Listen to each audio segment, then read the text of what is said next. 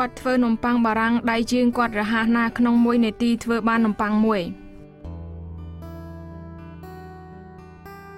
ក្នុងតូបនេះក្រៅពីនំប៉័ងឯមីវៀតណាមក៏គេចូលចិត្តដែរគ្រឿងគ្រប់យ៉ាងនៅក្នុងតូបនេះសុទ្ធតែយកពីវៀតណាមទាំងអស់ដូចជាទឹកជ្រលក់នំក្រៀមកាហ្វេនិង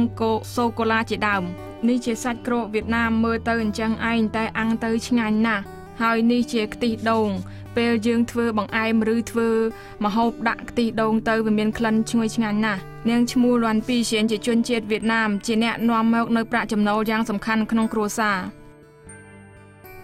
នាងរៀបការជាមួយប្តីនាងដែលមានអាយុបង13ឆ្នាំមកតៃវ៉ាន់បាន3ថ្ងៃក៏ទៅរៀនធ្វើនំប៉័ងជាមួយប្តីនាង1ឆ្នាំកន្លះកន្លងទៅក៏ចាក់ចេញពីទីនោះក្រោយមកបានធ្វើការគ្រប់បែបយ៉ាងដូចជាលក់គុយទាវលក់ស្បែកជើងសង្រែកនិងធ្វើរោងចក្រគ្រឿងម៉ាស៊ីនដេររហូតដល់2ឆ្នាំមុនទើបបានគំនិតចង់រកស៊ីពីព្រោះដើម្បីកូនទាំងពីរ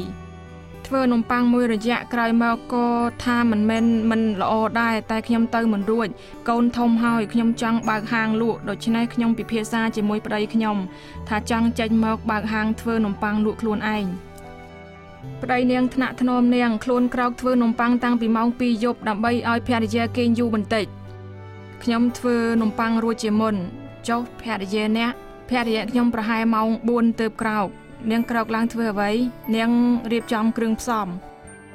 នៅពេលគ្មានភ្ញៀវអ្នកទាំងពីរឆ្លៀតពេលសម្រាកមិត្តភ័ក្តិវៀតណាមនៅជិតពេលទំនេរពួកគេក៏មកជួយអ្នកទាំងពីររួមកម្លាំងគ្នាប្រាក់ចំណូលក្នុងមួយខែ 7-8 ម៉ឺនថ្មីត្បិតមិនច្រើនមែនតែប្រៀបនឹងការងារកម្មករវាមានជីវភាពនឹងណែវជាងឯប្តីនាងវិញពីដើមធ្វើជាកម្មករគ្រប់បែបយ៉ាងមិននឹកស្មានថាខ្លួនអាចធ្វើជាថៅកែរកស៊ីក្រោយពេលរៀបការជាមួយប្រពន្ធគាត់មកអ្វីក៏ខុសប្លែកពីមុនទាំងអស់